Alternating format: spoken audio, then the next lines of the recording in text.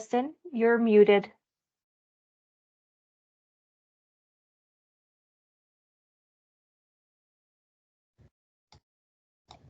Am I okay now? Let's see. Good now? Okay, perfect. There we go. Oh, I think everybody was muted as soon as they came in. That's probably what happened. Okay, just gonna start over. Sorry for the technical hiccup. Good afternoon and welcome to Life After NAIT. Ace Your Next Interview presented by Thomas Stenson. As is our tradition, at NAIT we honor and acknowledge that our land on which we learn, work, and live is Treaty 6 territory. We seek to learn from history and the lessons that have come before us and to draw on the wisdom of the first peoples in Canada. Only through learning can we move forward in truth and reconciliation into a better future together.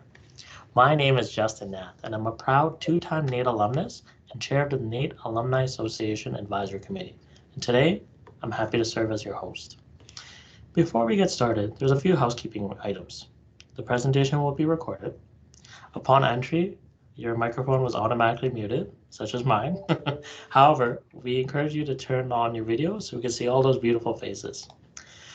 Please use the chat feature or raise your hand. Questions will be addressed throughout the presentation. And next, let's meet our presenter, Thomas Stenson. Thomas is a proud NAIT grad and a passionate designated HR professional with extensive experience guiding individuals and organizations through various HR challenges. He's the founder of Stenson HR Consulting, dedicated to helping small businesses and nonprofits navigate the complexities of HR and build thriving workplaces. Thomas empowers individuals to stand out in the competitive job market and companies to build thriving workplaces. Thomas is a trusted advisor who combines his in-depth HR experience with a genuine interest in helping others succeed. He understands the unique challenges faced by recent graduates and is passionate about equipping them with the tools and knowledge they need to confidently navigate the job market and launch successful careers. Welcome, Thomas. Thank you so much. That was a great introduction. I appreciate that. So everybody can see the welcome screen, no problem. Hopefully that's tons of thumbs up. So welcome everybody. I'm so excited to present to you this topic about everything HR, but I just love giving back to job seekers. I've been in that position myself where you don't really know how to navigate the interview process and to land a job. You've gotten to the point where you're meeting the team and you want to give your best first impression to them to then land that job and continue your career with them. But sometimes there's no real book for dummies on how to interview. And I would love to have a like that, but I'm going to do my part to bestow my perspective, my experience, give you a leg up and to help you achieve your career goals. So welcome everybody to Life After NAIT, Ace Your Next Interview. And I'm going to go through the slides. I have a number of slides. I'm going to talk for a little bit, but I'm also going to pause just in case there's any questions and we can address those slide by slide depending on timing. So the agenda for today, go over some introductions, then we're going to talk about interview preparation tips, how to get ready for it, controlling the body, because that's an important element I'll talk about, controlling the meeting, because you are part of that conversation as well. Common interview questions, we'll go through a couple of those, but mostly I want to give you good tips and tricks on how to master yourself in the interview process. We can cover for hours all the questions they could possibly go through in an interview process, but I think it's better to master yourself, and then that way the questions will be a lot more easy to answer.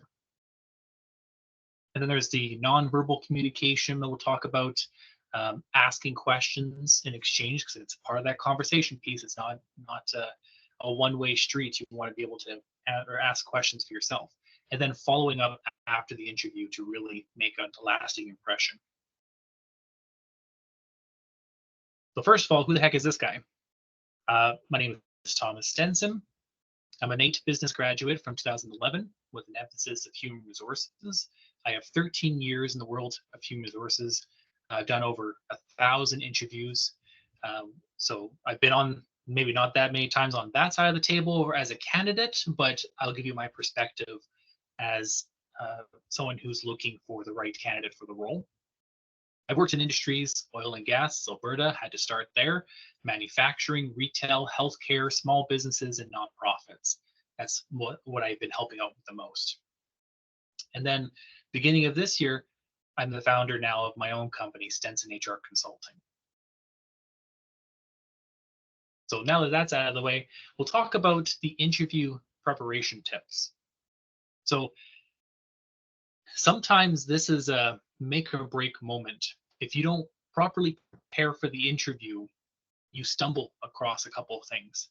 Like for instance, the first point, know where you're going. Sometimes you've never been to this employer before. They give you the address and you're like, I don't know where this is. Google map it. Or if you can, drive out to the location a couple days before and see things like, do they have parking available? Is it paid parking? Do I have to fumble with that? Is there an app that I have to download in order to get the parking space? Really prepare for that. That way you don't go thinking you have enough time. Oh, Google Maps said I had half an hour. And all of a sudden, half an hour, to get to the front of the building, but now you have to spend 15, 20 minutes parking. And that could be very nerve wracking, which will throw you off your game. And then this one's kind of interesting and is very often overlooked, but refresh your memory on your own cover letter and your own resume. You've probably built it out, hopefully with the help of Life After NAIT, with the the cover letter and resume preparation, but you built it and then you sent it out to the masses and you've kind of forgotten about it. You spent so much time perfecting it, but you don't quite remember. It's kind of like it's done as an exam from university. You're done with it and it's now out of your mind. You want to bring it back to the forefront so that way you're not stumbling over some simple things. Tell me about yourself. Well, that doesn't quite match the resume. And also there's a couple of things that you have changed in your resume and your cover letter to match the position you're applying for. So you want to make sure that you're getting those nuances as well that you've written for that specific company that you're interviewing for. And then research the company and the roles. So you want to refresh your memory on what the job posting is. If you can't find it on Indeed or whatever job board you applied for the job on, ask the person who contacted you if you can get a copy of that job posting or that job description, just so you can take a look at it and make sure that you're like, okay, yes, I remember this one. This is what I'm applying for. And then the company, yes, you can go to the company website, but I would take it a step further and go to their social media, their LinkedIn, their Facebook, any social media platforms that they're on, go and absorb some of the information about the company. Because the website for a company is geared to sell to their clients, but not necessarily always to sell to their candidates. So you want to know if you're a right fit for the company. So you check out their social media, see what kind of initiatives they're doing in the community that they're supporting, that you can connect with, that you can possibly bring up in the conversation, which is the interview, and just really do a deep dive. Even as far as going on LinkedIn to see the people that you're interviewing with and seeing their background, and maybe there's things that you can make a more of a personal connection in the interview process by learning more about them. Get your interview outfit together, please, please, please. No crop tops or sweatpants. As comfy as they are, leave those at home. Unless you're doing it via webcam, then you could probably do business up top and sweatpants in the bottom. But no, you want to mainly have some comfortable business casual, throw a blazer on, nice professional shirt. Be confident in what you're wearing and just put that together, maybe even the day before, have that arranged. That way you're not pulling out your dress shirt, buttoning it up, and all of a sudden realizing you have a stain on your shirt from a hot dog you ate the last week. So just be aware of that, set it off to the side, one less thing to worry about. And then practice common questions. And I put this in the presentation a couple times, but Google Interview Warm-Up is a great resource for you that you can use from homework when you leave this presentation, is to Google search Google Interview Warm-Up which is a great application where it'll give you common questions that you can type up your responses, and it actually critiques you on how your responses were, which is fantastic. So once you've kind of prepared a little bit more for the interview, then you're sitting in the reception area ready to meet the people who are going to be interviewing you. And in that moment, you want to be conscious of your body in that moment. So one thing I want to talk about that's on the first point is the fight or flight response. And when you start panicking, you don't even realize it. Sometimes you have shallow breaths, and when you have shallow breaths, you're not getting enough air or oxygen to your lungs, which spreads through your body, and all of a sudden you're panting a little bit. The oxygen is not getting to your brain, so you're not thinking clearly. Be mindful of that when you're sitting there, either in the reception or you actually get into the interview, and just be like, wait a second, I'm actually a little shaky, or I'm not thinking clearly. Then take a moment to readjust. Sit up straight and take a couple of just deep breaths, slow things down, and give your brain a chance to catch up. Another thing too is the second point is sweaty palms, and that is always a concern. So make sure when you're sitting there in a reception, you're going to have a handshake when you see the interviewers at the beginning, and you're going to shake their hands at the end. So make sure that you're making effort to not keep them collapsed together, not doing this and your hands are getting super warm and sweaty. You just want to keep them aired out, keep them on the table, just a way that it'll keep them nice and calm and dry, and not have that sweaty, awkward handshake. Don't be afraid to, when you stand up from your chair, either after the interview or before the interview, and just give it a once over on your slacks, and then give them a handshake. It seems weird, but honestly, it's completely normal. So don't panic about it. Just and shake their hand. And then another underrated tool for controlling the body, which is a great technique when you're answering questions as well, is bring a water bottle or accept a glass of water that's offered to you. Almost always they'll be like, hey, can I get you anything? Coffee, water? You just be like, you know what? Yes, please. Can I get that glass of water? Because it is very helpful, along with the oxygen, gives you a chance to breathe, take that sip of water before you answer a question, kind of thing. Gives you a chance to process and regroup. And then nonverbal communication, we'll talk about that a little bit more in depth in the next few slides, but it's keeping that engaged posture. So you're not slumped back in your chair, you're not leaning to the side, you're engaged in the conversation. Maybe your hands are perched on the table, you're leaning in a little bit, that I'm really interested in what you have to say. And minimize fidgeting. You see it in these two videos on the slide itself. Person's rocking back and forth, he's really jittery or shaking his hands, and that is a distraction for the interviewers. They're not really capturing exactly what you're saying because of all the movements that you're doing. So just be mindful of your body, take that deep breath, relax, and you'll be able to do the best you possibly can with that. So pause for 1 second, just in case anybody had any questions so far. Just going back to the chat window here.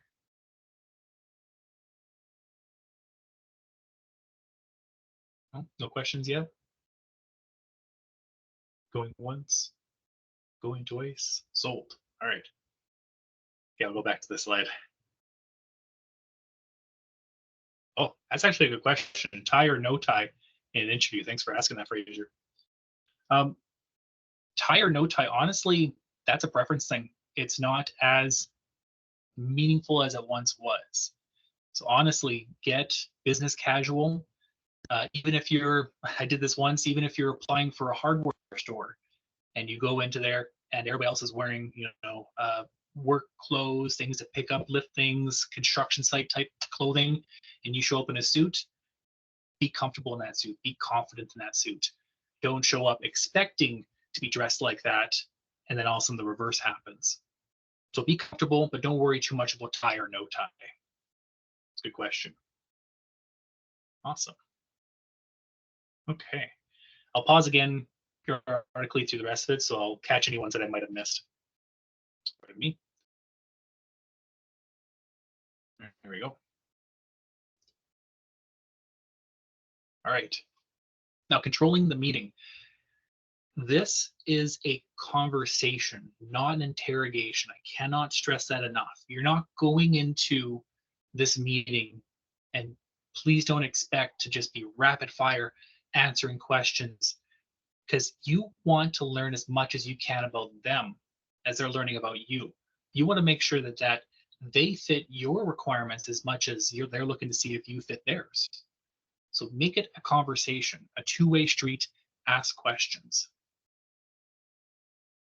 Now, in the conversation, things that you can do, and I might be getting ahead of myself. Oh no, I did. Third point.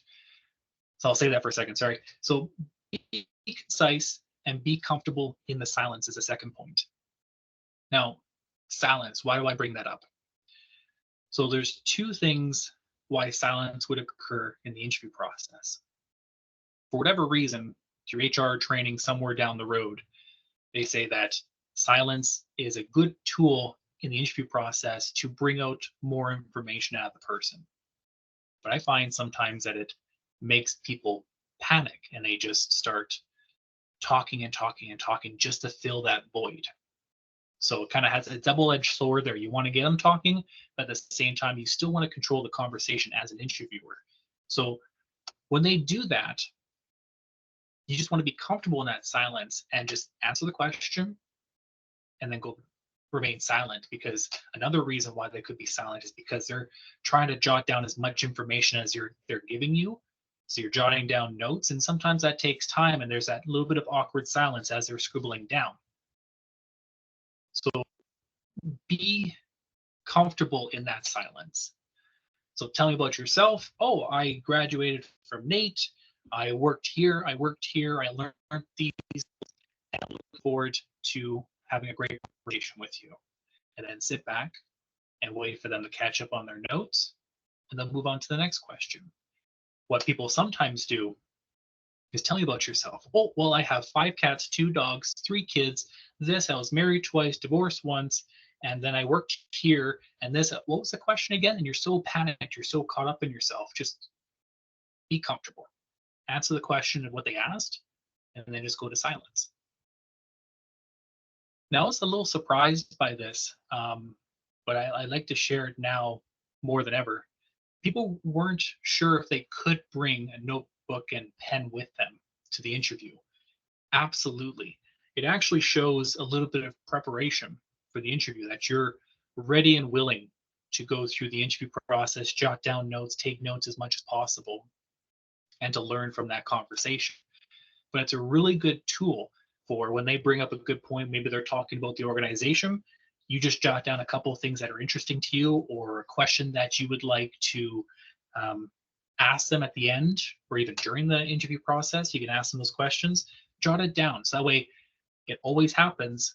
If you don't jot it down, you're probably going to forget it. So just jot it down in your notebook, and then continue to focus on what they're talking about. Don't be afraid to ask clarifying questions if you don't understand the question they're asking you. So sometimes they'll ask a question, maybe it's nerves, or maybe you didn't quite understand what they're asking of you, but they're asking you for apples and you deliver oranges, and you've completely missed the mark. It's so much better, and it shows a little bit more confidence if you take a moment. It's like, oh, I'm sorry, when you ask this question, are you looking for this or this? Because I can go either direction. Or can you describe a little bit more in detail about this question, so I can best answer it for you? So that way you're not giving them those oranges when they're looking for apples, and you're getting as specific as possible to not waste any time, so to speak. And then when they when they ask you a question that stumps you, that sometimes the notorious like Google questions you hear all the time. If you were an animal, what animal would you be? Or if you were a toaster stuck in a jar, how would you get out? It's like, what? So when they ask you a question that completely stumps you, have a couple of catchphrases in mind. One I jotted down was, that's a really good question. And you grab your water bottle, take a sip, because if you don't, you're like, oh, that's a question. Panic, panic, panic. I don't know the answer. I can't really, my brain is not working enough. That's when you go back to concentrating on your body. Take that deep breath, get that sip of water. What a great question. What an interesting question. I'm glad you asked that. Take a moment to regroup, give your brain a chance to catch up, and then answer the question. It's a very helpful tool. And you want to show your whole self in the interview process, not just what you think they want to see. And sometimes people who go through interviews are trying to answer the question perfectly. And we're not looking for perfection in the interview process. We're looking for, do we have a connection? Can we see you working as part of this team? Because on the interviewer side, we're thinking, okay, we're hiring for the accounting department, and the personalities we have there are more introverted, and we have people who like to put their head down and work. We have a couple people who are more extroverted and they like to talk a little bit. So we're trying to find someone who fits that mold. And so if you are just showing your perfection face and your perfect answers, they can almost tell. When you're doing that, show your true self in that process, and that way you'll be able to see if you fit them, what they're looking for, and also what you're looking for. Because ultimately, yes, you'll get the job, but how long will you last if you're not the right fit? If that makes sense. Okay, I'll do one quick pause. Any questions from this slide?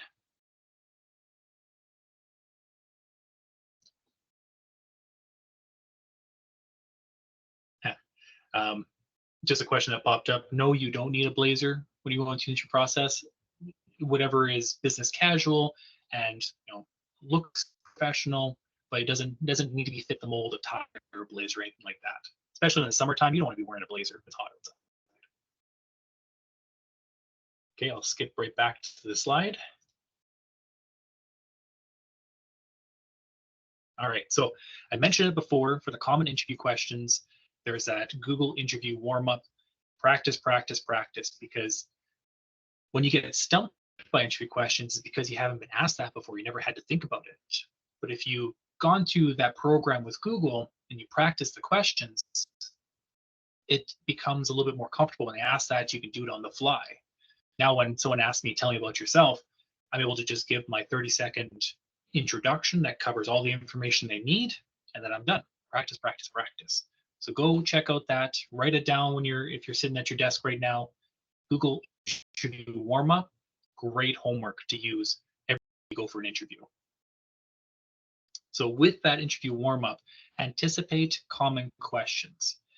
Whatever you're comfortable using. So whether it's the interview warm up from Google, whether you Google search common interview questions, or you use AI to drive some questions towards you, you want to anticipate those common questions.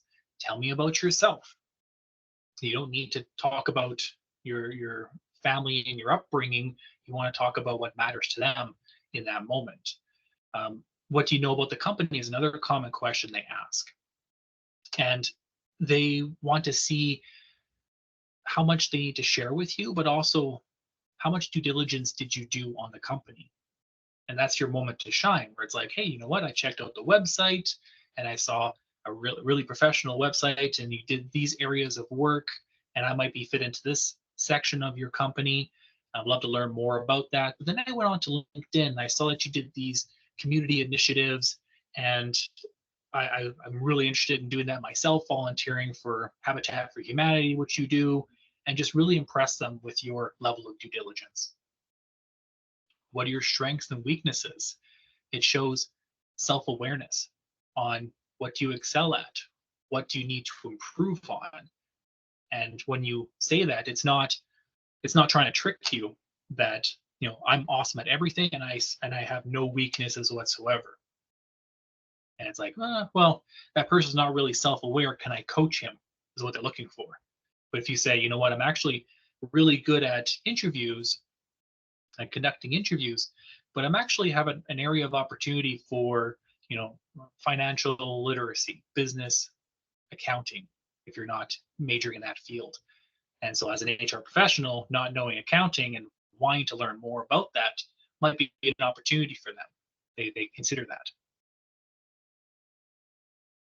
They also give you behavioral type questions like describe a time when. They give the scenario, and you kind of have to fumble your way through it. Now, if you don't have a vast work experience to tap into for this type of question, don't be afraid. Take that sip of water, take that deep breath, focus on how you're going to answer this question. And if you do it by what they call the STAR method, where you give a scenario, then you give the task or the problem that you're kind of facing, the action you would take, and the result. So if you're pulling from your history, your work history, you would say a time that I dealt with this was here, and this was the problem that I was facing, and this is what I did, and the result happened this way. But if you don't have work experience to tap into in that particular situation, then it's like, well, I haven't faced that yet, but this is my approach. So that way you don't just shut down the question being like, I have no experience in that, and I guess I'm done now. Like, don't beat yourself up. Be like, you know what, I haven't faced that yet, but I think I can handle it by doing this, and I expect to anticipate the result to be this. And you're still able to answer the question. And it shows initiative and creativity to handle that problem solving type scenario. And then sometimes it comes up, I'm not a fan of it, but sometimes it comes up is, why should we hire you? Well, because you're looking for somebody. That's why you should hire me. No, it's kind of thinking more of fit over being the best. Like, I'm better than everybody else that you've interviewed? Possibly not. So go with a different element of, well, why should you hire me? Because I feel really connected with what you're doing here at the company, the initiatives you described to me in the department, and the challenges you're facing. I've experienced those kind of challenges and overcoming those. And I think I'd be a really good fit for this role. And that sounds a lot better than I'm better than everybody else. It shows the self-awareness and how you will be able to fit the mold within that department. Awesome. Okay, before I carry on, quick pause. Any other questions? Feel free to just type away in the comment section and I'll keep peeking at that. So I have nothing right now, so I will continue on. Okay. All right. Yeah, so nonverbal communication. It's not always what you say that's important. It's how you present yourself. So there was the clothing and outfit that we're talking about. It was bringing your notebook. It was bringing your own water, taking a moment to collect yourself. These are things that can be noticed, but they're not said. So it shows preparation, it shows confidence, it shows initiative in this specific areas. So nonverbal communication, you want to show that you're engaged. And sometimes it's safe to mirror what the recruiter's doing. So if the recruiter or the hiring manager, it kind of sits and leans back and has more of a casual stance, feel free to do the same. Feel free to lean back in your chair. And so that way you're mirroring what they're doing. But if they lean in and they say, I actually want to hone in on this, you lean in too and show your engagement. Okay, let's talk about this. Or go back to the casual stance once he does, or she, pardon me. Facial expressions. This one is kind of funny because when you, as an interviewer, are asking the question, it's funny to see what the eyebrows do. Tell me about yourself. And it's that shocked look on your face, like I wasn't expecting this question. Just kind of be aware of that. Try to be, conscious of how your face is working. That's a thing to worry about. But it's really just keeping it calm, casual. You ask that question, you're thinking internally, holy, I don't know the answer to this question. Grab that glass of water, take that deep breath. What a great question. This is how I'd approach it. You took your drink of water, took your breath, your brain had a chance to process, go into that. But sometimes you have those rogue eyebrows that will do the confusion, the shock, the frustration of, I've never faced that before, the confusion. So it's just, it's funny how that kind of affects how the conversation goes. or what they presume your knowledge is. So it's okay to be in deep contemplation, be like, that's a good question. Let me think about that for a second. And you're kind of verbalizing what you're thinking and why your face is doing what it's doing. Or if you actually are truly shocked, it's like, wow, I've never been asked that question before. Verbalize that, and just so that way they're not making assumptions based off your facial expressions. The active listening piece, the third point, that's important because, yeah, taking notes is great. You don't want to spend your entire interview looking down, writing notes on your notepad. You want to maintain eye contact. You want to be engaged in the conversation. You don't want to be panicking or trying to do verbal jujitsu in your head where you're like, okay, what's the next question? How do I be prepared for that? You want to be engaged in the conversation and connect with them. So be in that moment, have eye contact, nod when appropriate, just be engaged. And the moments of, clarifying those questions are another point of showing that you're actively listening, where it's like, oh, when you ask this question, are you looking for this? Or I have some experience, but I want to make sure I'm answering that question appropriately. So it shows that active listening there. And this one, I use this last point probably still to this day, is if you're nervous, fake it until you make it. Act with confidence. So you sit there and you may be nervous. Like if I'm doing HR world, I'm doing a termination, I've done a number of those, but I still get nervous from time to time. But it's just acting confident and you'll get through it. So fake it until you make it. You're not trying to be overwhelmingly confident saying, I got this, and whatever question you have doesn't matter. It's just, you know what? I will fake that I'm confident that I can answer the question, do the tools, the other tools that I mentioned in the previous slides, water, breathe, control the body, cool the hands, and maintain that acting of confidence, and you'll present very well. So let me pause again. Oh, questions are popping up now. Okay, so I'm using ChatGPT and it helped me to prepare for an interview. And what are your thoughts about ChatGPT for interview questions? 100%. As long as you give it the right persona when you're doing ChatGPT, like you're an interviewer hiring for this type of role, even copy and paste the job description or posting into that ChatGPT, pardon me, then it will give you more accurate questions of what you may be facing in that type of role. So definitely a great asset to use. Can you explain again how I can answer behavioral questions? Tell me about a time when that I haven't had any experience with. Absolutely. So it's okay to acknowledge when you don't have that experience to tap into. And just be like, you know what, I haven't faced that before, but here's how I would address it. And so you're really just letting them know this is a limitation or an opportunity for me. That's okay, but you're giving it a stab, a healthy try, versus just giving up altogether that I can't answer it. It's, you know what, I haven't faced this before, but here's how I would approach it. I would do this, A, B, C, and I would do a couple of course corrections. And this is the result I would expect from that. So it shows creativity, it shows initiative, problem solving, that yes, even though you haven't been faced with that before, this person might remain calm, cool, and collected when faced with an unknown situation and might be able to handle themselves well. Don't be afraid to also throw in there, like, you know what, I would attempt this, but if I can't get the result that I'm hoping for, I'd ask for support.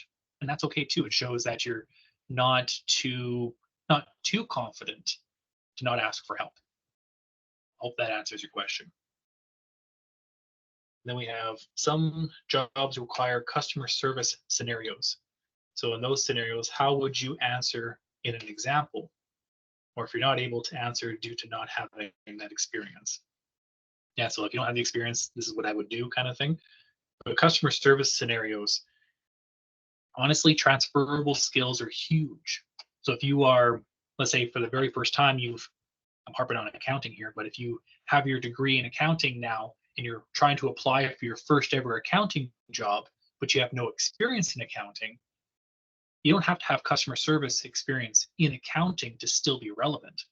You could have worked in retail. You could have had volunteer experiences. Pull experiences from those unconventional type roles that you've had previously and apply it to the scenario that you're in now. So that I hope that helps, because transferable skills are killer. People always like, well, I don't have any experience in this. It is very valuable. Well, I've only been, here's one from my experience that I've heard. Well, I've only been a stay-at-home mom for the past 4 years. I don't have any experience. But, well, you can get a lot of transferable skills being a stay-at-home mom. Let me tell you that. So a lot of stuff you can pull from there. Okay, I'm just going to jump back into the presentation. These are great questions. Keep them coming. Okay. Yeah, so asking questions. So when you are doing your preparation in the beginning, when you're looking at the website and you're looking at their social media, jot down a couple of questions, some questions that are important to you about what the company needs to do in order for you to fit in with them. So, for instance, I need more of a hands-on leader that will be able to jump in, help me out when I need it. You can jot down a question of, what is the hiring manager's leadership style? And that way you can kind of pull a little bit of information from them about that. Or what social initiatives are you doing in the community? So social responsibility, pardon me. Like, are you doing charity work? Are you doing something that's important to you? Pull a question from that and jot it down. But then in the interview itself, you have that notebook when they're giving you information, because sometimes you answer a question and they add to it a little bit. It kind of jogs your memory, like, hey, I want to learn more about that, but I want to interrupt their conversation or their speech, so I want to just jot that down, ask them later. You just come up with, you don't have to have an extensive list, but just show enough that you're interested. Now, the second point, your questions tell a story about you, like I mentioned with the social responsibility, the charity work, or the community work. If you're asking questions about that, hopefully it's because it's important to you and it tells more about you to them as much as they're answering your questions. So the type of questions you're asking are important as well. Ask about the team you would be working with, the manager and fit, same thing. You don't want to just work at any job. You want to have a job that has the best longevity. You want to fit. You want to make the most amount of impact with your experience or how your career is going. So ask them about the team, ask them about the manager. Where is that gap that you think I might be able to help fill for you? Just ask those questions. And then inquire about growth development opportunities. Always a good one, because you don't want to be not necessarily stuck in your role for the next 20 years and just doing the same thing over and over again. You want to ask about, is there opportunities to take on more and to learn more? And how about promotion opportunities? Can I move from this role, and in a couple of years of learning this one, I can possibly become a leader in a different area? Or how does that work? Explain that to me. Show that it's important to you, the growth mindset, if it's important to you. Some people who are steady eddies, that's okay too. But if you are curious about that, ask. And then, like I mentioned earlier, that last point there is just ask questions you jotted down during the interview. Oh, that was pretty impressive. I want to ask about that, ask more details. Jot it down in your notebook that I'm encouraging you to bring. Water bottle, notebook, pen. Bring those with you to the interview process. So that was a really quick slide, but I'll jump back, see if there's any other questions. Frantically typing away. We're looking okay. All right, so let me jump back to the slides. Okay, so following up. This is great to do after an interview process. So when you meet someone in a job you applied for, whether it's the hiring manager or the interviewer, the HR person, connect with them on LinkedIn. You met them, you learned a little bit more about them through your interaction. Why not have them as part of your network? So if you have 20 interviews in a course of a year, you just met 20 plus people in the interview process. that you can be connected with. And as part of personal branding that I would love to get into as well. But when you connect with them in LinkedIn, they are sometimes sharing posts or jobs from peers in other companies that you could tap into. So connect with them. It's not going to hurt. And that way you stay in touch, or maybe they can learn more about you through your personal brand and what you do on LinkedIn and what interests you. That paints a picture in the longevity. Maybe you might have another crack at it down the road at a job that pops up. It's like, you know what? That Thomas guy, he's been posting a lot about this, or he's been doing a lot of fancy presentations. Let's see if he's interested in this role again. And they might reach out to you. You never know. Definitely send thank you emails. Do that roughly within the 24-hour period. I wouldn't say get back to your car and click send on the pre-drafted thank you email. Give it some thought, go home, drive, think about it, take your notebook of the notes you jotted down from the interview, and just write up a nice, well thought out email to them. You can sneak in some self-promotion. You know, I was really interested in what you were discussing about this. I'm a strong believer in, you know, having a strong work ethic or strong drive to do well. So you're sneaking in some self-promotion in your way you're writing it up. And if you just want to jot down some rough notes or point form of what you want to put in the email, you could also use ChatGPT to help you clean it up a little bit too. So just like, you know what, I got these points from it. I think this is important. I still want to share a little bit more about myself. Can you help me draft an email? And ChatGPT might help you draft something nice. Just don't say, ChatGPT, please draft me a generic thank you email. They'll see right through it.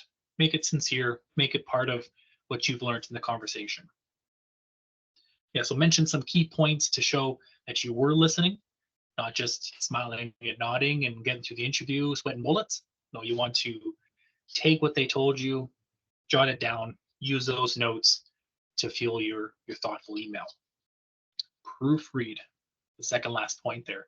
Proofread your email. So just like your resume, you know, it tells a lot about you.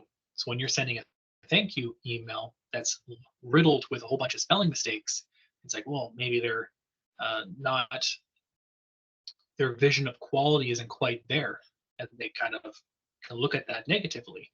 So with ChatGPT, I keep harping on it, but it's such an easy tool. It's like you type up an email, you think it's good, you read it 5 times, but your eyes keep skipping over the same grammatical errors. Copy and paste it into ChatGPT and just say, hey, does this look good from a spelling, grammatical standpoint? Is there anything I can do to improve this email? And it will just spell out no spelling mistakes, but there was a couple of commas where they didn't need to be, and here's how the revised version that might help you. Utilize those tools, and it shouldn't take too long to use that. Just copy, paste, help me fix it, and it'll spit out a nice revised version for you. And then end your thank you email with your excitement to hear back from them, that you're telling them that how you feel after that interview is important to their decision-making process as well, where you send an email and it says the generic ones where it's like, thank you for your time, really appreciate the information, blah, blah, blah, off its sense. And it's like, oh, this doesn't really tell me anything more about them that I could use to help with my decision-making. But if you tell them that was an amazing interview, it was so great to learn more about you and the team and the company, and now more than ever, I'm even more excited to work for you and to learn and grow and develop into this role. So I would love to hear back from you. And that just shows so much more about yourself, and that you're still interested and not humming and hawing where it's like, that was an interview, that was pretty much it, and I don't know how I feel about that. They know how you feel about that. So just let them know in that thank you email. Okay, so from that, I think I'm almost right on time. So thank you so much for listening to me yammer a little bit about interview skills and how to, you know, perfect the art of demonstrating yourself.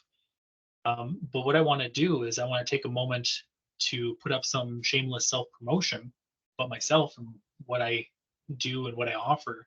And while that's up, I would love to answer more questions that you might have on the spot. Feel free to unmute yourself and ask questions, or raise your hand on the chat screen, or put it right into the chat box.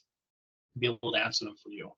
And the reason why I just bring up while you're typing away the self-promotion is just because the second point there on free resources, I'm building a platform on my website strictly for job seekers on free resume template, a cover letter template. I'm going to have videos on there on tips and tricks on this. This question keeps being asked of me. I'm going to share it so it reaches the masses, and so that way they can better prepare for those questions in the future. And here's how you can answer it. So I'm going to make it as fun and as engaging as possible. But go on there, bookmark the page, check back frequently. I'm going to have a lot more content being added there. Okay, so let me go back here to the questions.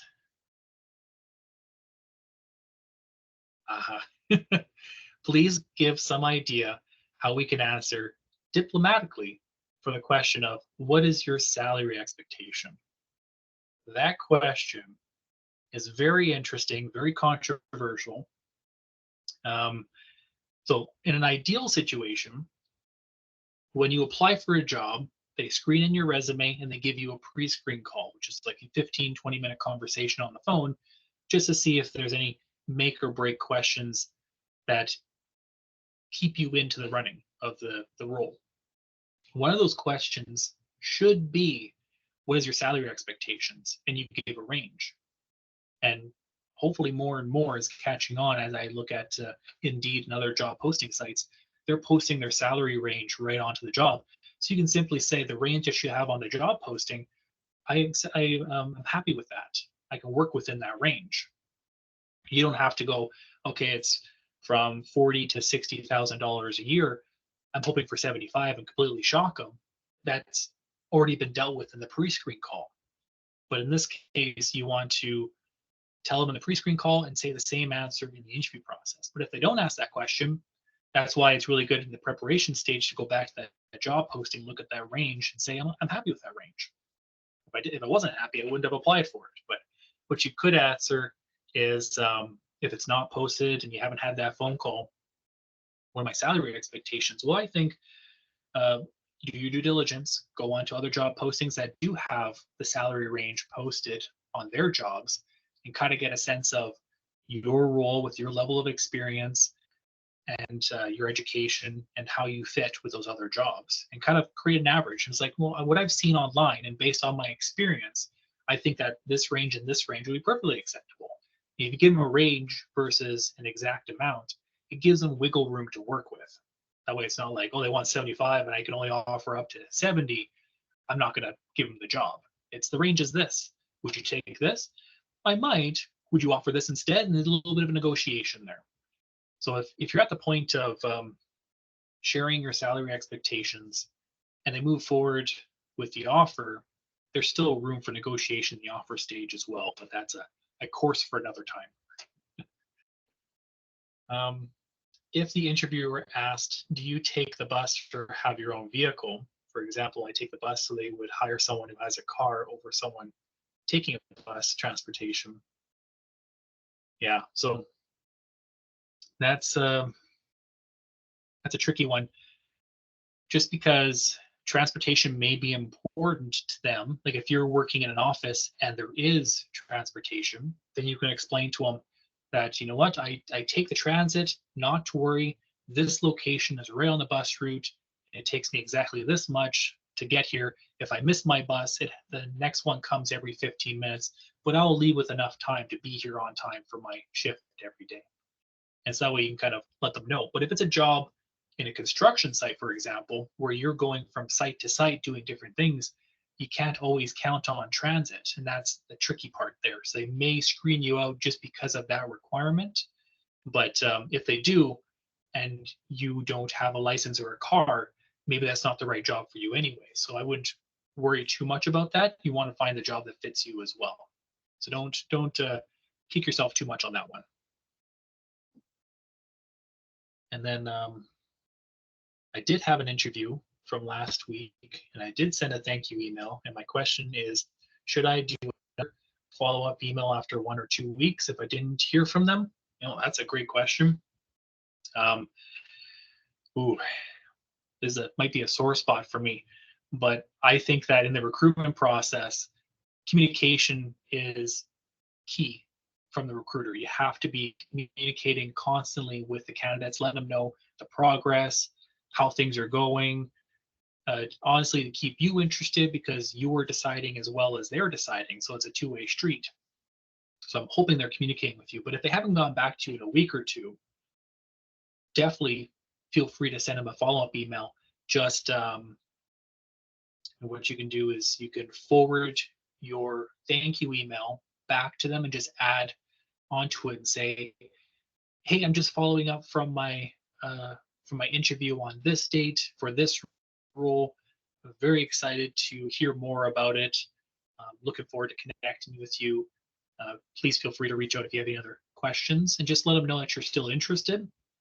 But at that point, after 2 weeks, you send that email and they still don't get back to you, even with a thanks, we're still considering our options kind of thing, then continue with your other options just because I hate to say it, but they may not be confident enough in their own ability to communicate their decision. And they're just hoping that you self-select out. And I do not like that approach. But at the same time, you've done everything you can within your power to say, hey, this job is for me, and I would love to answer any of the questions. You did everything you can. Be happy with that, that you did everything you can. If they don't get back to you, there's a couple of red flags there that you've possibly avoided.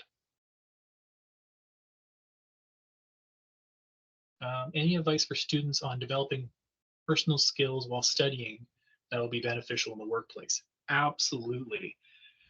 So one thing that I'm passionate about sharing is building your personal brand. So when you are applying for jobs, you are using your resume to present yourself to the person to say, hey, I'm a good fit for this job. And they're only basing it off of this text on a sheet. And then they bring you in for a phone call or an interview and they learn a little bit more about you. Personal branding is huge. So on a topic that you're interested in for, like, let's say human resources, kind of like what I'm doing, is you are interested in a news article and you put your perspective on, you post it on LinkedIn. So you're active on LinkedIn. So you're posting stuff, or hey, I just learned more about this, and you post on LinkedIn for my classes. I learned more about this. Anybody want to talk more about that or grab a coffee and talk about that? And you're doing personal branding. You're showing your expertise, you're showing your perspective, you're connecting with people outside of just the traditional job interview, job posting, job application standpoint. You're connecting with those who are working in industry. And as you're doing this and you're building connections, building your personal brand, after a while you start noticing that the jobs that are open, they're actually approaching you for that. And that's an amazing thing to have happen, where you're not applying and hoping that you get the job. Now it's like, okay, this really fits me, and they're reaching out to me because they think I fit that role. This is an even better dynamic. So personal branding for sure. Other than that, if you have the time, if you can, do some volunteer work. That looks great on a resume and it could set you apart from other candidates, whether it's volunteering. There's so many volunteer opportunities with NAIT. I've done that myself when I was studying there, or out in the community, that's something that you're interested in. Volunteer with that. That would definitely help. I have applied to jobs that are older, such as in March during my time at NAIT, and I have not heard. Applied on Indeed and their company site or such where they post. I have followed up a question for it, but still haven't heard yet.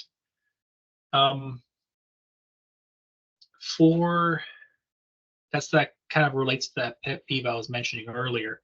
If you have a job that's on there for longer than a month and you apply for it and you haven't heard from them, it's possibly because they haven't done their due diligence on the backside to shut that posting down. Maybe they found somebody for that role, they just haven't closed it yet. So try to keep the jobs that you're applying for as current as possible within the past 2-3 weeks. Apply for it. Send one message, but if they're not even reaching out to you to say your resume doesn't fit what we're looking for or moving you forward to the next step, just consider that one abandoned and then be pleasantly surprised if they reach out to you in a couple weeks. But at that point in time, I would still be like, well, I did apply for this 3 weeks ago. Why is it taking so long to get back to me? Things to kind of consider there.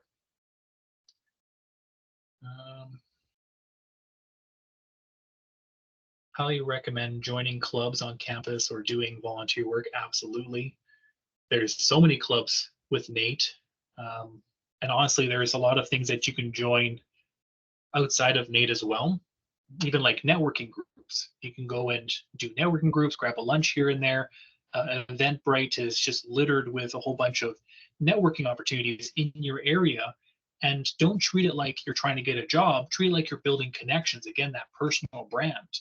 After a while of seeing the same faces over and over again at these events, you let them know that, hey, I'm looking for a job, mentoring this kind of industry, looking for this type of role. And all of a sudden, at the back of their brain, they see something that's like, I had a conversation with Thomas. He's looking for this. And they actually throw things your way that may be outside of your network reach. They'll send to you directly. And it's like, great, this is fantastic. No, these are really good questions. I really appreciate this. It really helped with painting a really good picture. But yes, I didn't want to go through all the common questions because there's so many resources online to tap into for those common questions you get in the interview process. But feel free to reach out. Like, I'm not saying this is your only opportunity to ask any questions. Feel free to reach out, ask me a couple questions. Maybe we can grab a coffee and go over some stuff. But really, this is a really exciting time for those who are going to be graduating or looking for advancing their career. It's always exciting to go through the interview process. Nerve-wracking sometimes, but at the same time, if you do this, follow kind of these steps, it will build your confidence. It'll give a best version of yourself brought forward in the interview process, and that way they'll see more of you and have a more accurate depiction of whether or not they should hire you. And honestly, once you get past the interview stage and they hire you, the more likely you're going to be a better fit for the organization that you have a long time there because of the fit and the dynamics that you've kind of got out of the way in the interview process. Looks like a couple more questions might be popping up here. We are running a little short on time, but we have a second. Oh, thank you for posting that for the career advising. It's a free service that NAIT offers. Of course, Thomas is always here to help as well. So just want to be mindful of everybody's lunch hour, and just want to thank Thomas. You shared a wealth of information with us this afternoon, and thank you for answering all these questions. And there's so many more questions that people can ask, and that's just a great reason to follow up with you on social media or meet with you at some point in the future to continue improving our program. I like to draw your attention to the survey in the chat. The survey should take 1 to 2 minutes to complete, and those who complete the survey will be entered to win one of 5 prizes. Our grand prize is a professional headshot session, JSP photography, plus we're giving away 4 alumni prize packages. I really hope that there's chocolate in there because it's delicious and it's usually made by Ernest, so hopefully that's in there. Thank you so much for attending, and we hope to see you at any future NAIT alumni events. Hope you guys have a wonderful and safe afternoon. Once again, thank you so much, Thomas, for all the information you've provided with us. Absolutely. Thank you so much for having me.